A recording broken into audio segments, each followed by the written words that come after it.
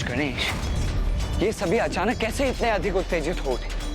हम पर इनका आक्रमण इतना सशक्त क्यों? जैसे ये हमारा संपूर्ण ध्यान स्वयं पर ही केंद्रित रखना चाहते थे। तो क्या इसका अर्थ ये है कि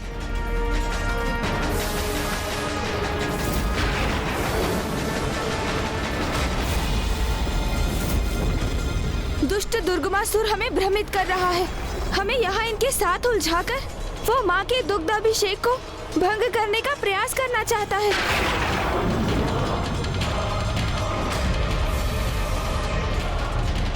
मैं उसे ऐसा कदापि नहीं करने दूंगा। रोक दूंगा मैं उसे। भैया, आप वहाँ जाकर उसे रोकिए। मैं अन्य देवताओं के साथ यहाँ की स्थिति संभाले रहूंगा।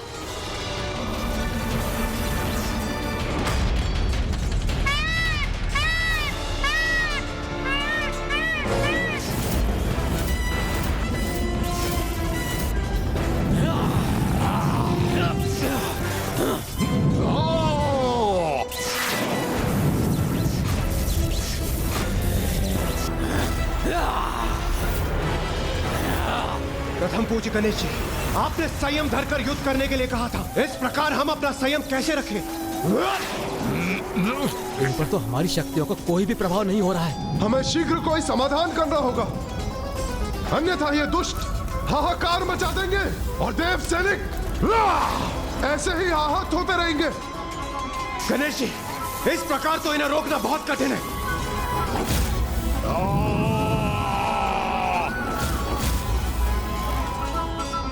इनके आसुरी कवच के कारण हम इन पर आक्रमण कर इन्हें आहत करने में असमर्थ हैं।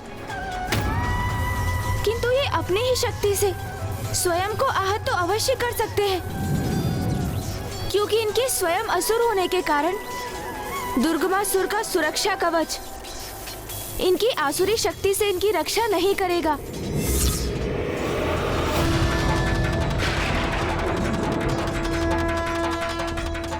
अर्थात हमें इनसे एक दूसरे पर आक्रमण कराना होगा। हाँ सूर्यदेव, और ये करना तो अधिक कठिन नहीं होना चाहिए, क्योंकि असुर होने के कारण संयम इनका स्वभाव नहीं, और जो युद्ध में संयम धारण नहीं करते वो कोई ना कोई भूल तो अवश्य ही कर बैठते हैं।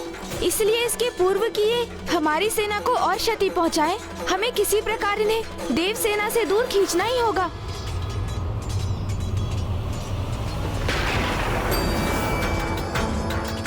क्या हुआ गणासुर जी?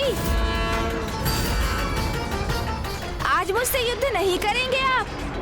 कहीं मुझसे भयभीत तो नहीं हो गए हैं? उचित है, तुम्हारी चुनौती सुनकर बहुत आनंद आया मुझे। तुम्हारी चुनौती स्वीकार है मुझे।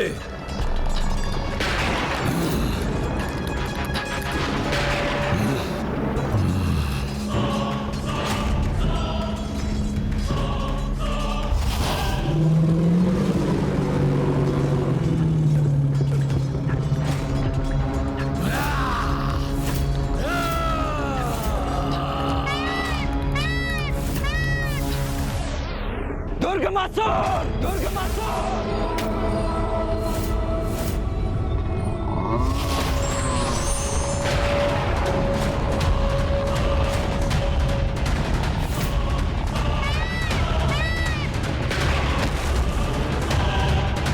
अब और आगे जाने का दुस्साहस मत करना दुर्गमासुर।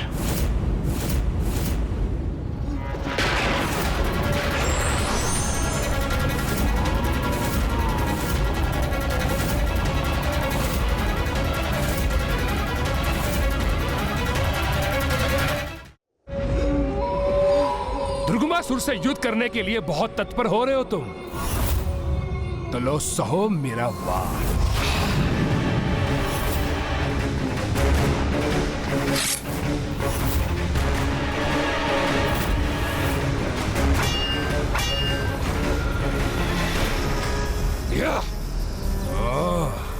दिखने में तो युवक हो, किंतु अपनी आत्मरक्षा करने का सामर्थ्य भी रखते हो। तो क्या आक्रमण कर, मुझसे युद्ध करने की कुशलता है तुम में?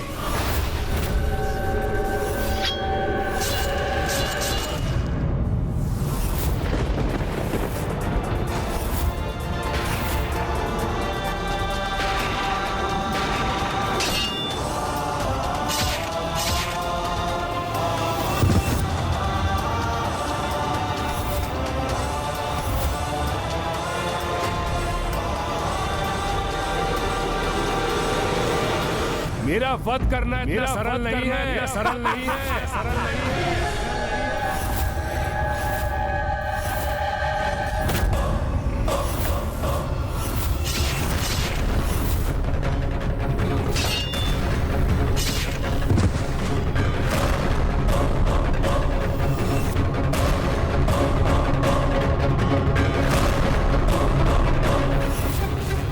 रुक जाओ, रुक जाओ।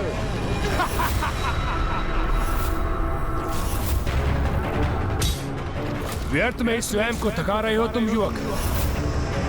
कदाचित तुम्हें मेरे वरदान का ज्ञान नहीं है। आप मुझे ये वरदान दीजिए कि मेरी मृत्यु एक स्त्री के हाथों से ही हो, किंतु वो ऐसी स्त्री हो जिसने वर्षों तक अपनी पलकें न झपकाई हो। जैसी तुम्हारी इच्छा वत्स। तथास्तु, तथास्तु। इसका रूप हो अथवा प्रतिरूप, इसका अंत तो मां के हाथों ही नियत है।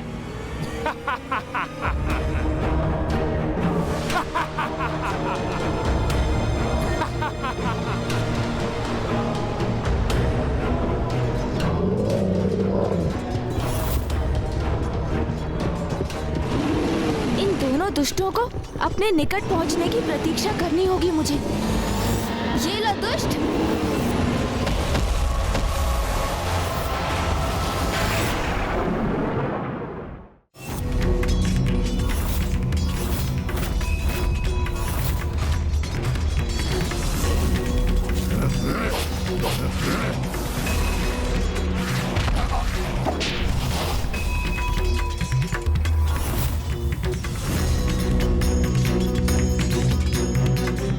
शीघ्र मैं वहां पहुंचूंगा और अपना कार्य सिद्ध करूंगा।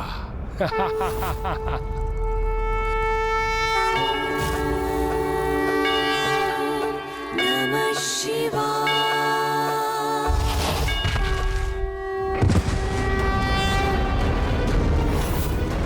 तुम्हारे जैसे दुष्ट असुर के लिए ऐसे पवित्र स्थान पर प्रवेश करना इतना सरल नहीं है दुष्ट।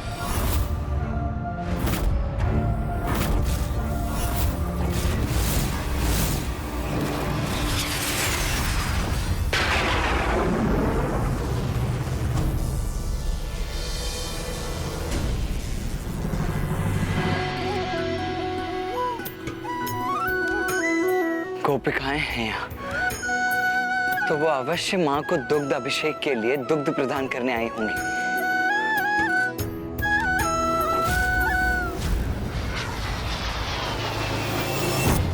इसका इससे आगे बढ़ना संभव प्रतीत तो नहीं हो रहा है, इसीलिए मेरे यहाँ रुकने का कोई लाभ नहीं है।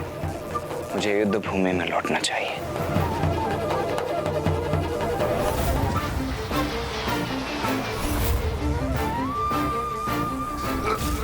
किसी भी अवस्था में पहुंचूंगा वहां, भंग अवश्य करूंगा देवी आदिशक्ति का अनुष्ठान। कदापि सफल नहीं हो दूंगा उसे।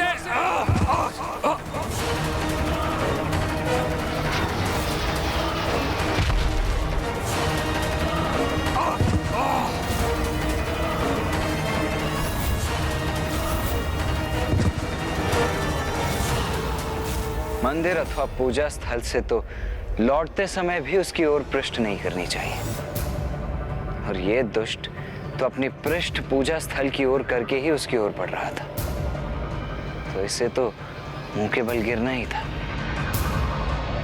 मां की पूजा इतनी साधारण पूजा नहीं है जिसे कोई भी असुर आकर भंग कर सके।